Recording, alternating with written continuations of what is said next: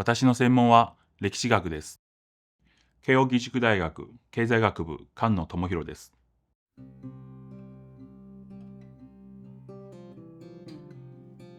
皆さんは満州という言葉からどのようなイメージを抱くでしょうか。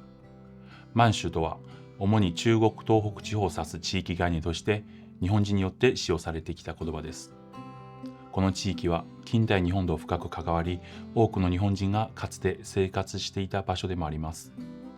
私が満州に注目する理由は、まさにこの地域が20世紀前後に中国や欧米列強、日本を含む東アジア全体のダイナミックな総合作用の中で急速に形成し変容してきた地域であるからです。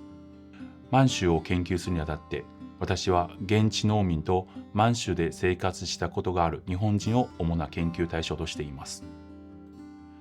当時の日本人にとって満州の農村は非文明的で発展が遅れているとみなされていました。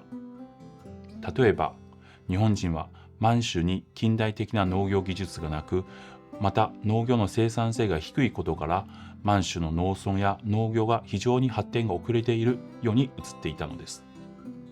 しかし現地農民の視点や彼らの行動原理から考えると全く違う側面が浮かび上がります。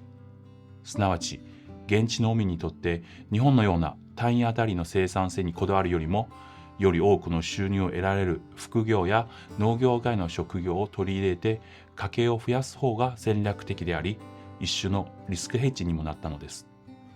このようにある視点から遅れと認識されたものでも、見方や視点を変えれば全く異なる一面が見えてきます。歴史学の一つの醍醐味は、こうした多面的な解釈を通じて新たな発見を得られる点にあります。また満州の農村や農民の行動原理を明らかにすることは、多様な地域性を有する中国、そして約10億人にも及ぶ農村関連人口を抱える中国社会のダイナミズムを捉える手がかりにもなり、それが大国化した今の中国を知る上でも欠かせない視点と言えるでしょう。そして満州を語る際に避けて取れないのが日本人の存在です。戦後100万人以上の日本人が満州から引き上げてきました。彼らの移動は単なる人の国際移動にとどまらず、日本社会の戦後再建にも関わる重要な出来事です。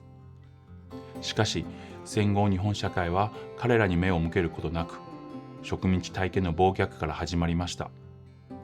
満州引き上げ者の経験は日本の公的な歴史として記憶されず、戦後史の真相に埋もれていったのです。このような暴虐に対し、引き上げ者はさまざまな活動を通し、自分たちの歴史や記憶を構築しながら抵抗してきました。引き上げ者の戦後の歩みと記憶表彰を解明することは、戦後日本史や日本と東アジアとの交流を考える上でも重要な課題です。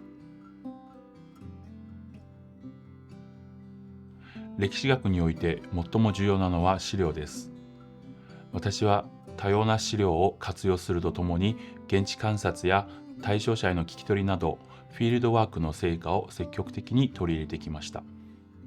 このようなアプローチにより、資料に記録されていない多様な声を拾い上げ、資料の解読をより豊かなものにし、さらに立体的な歴史解釈にもつながったと言えます。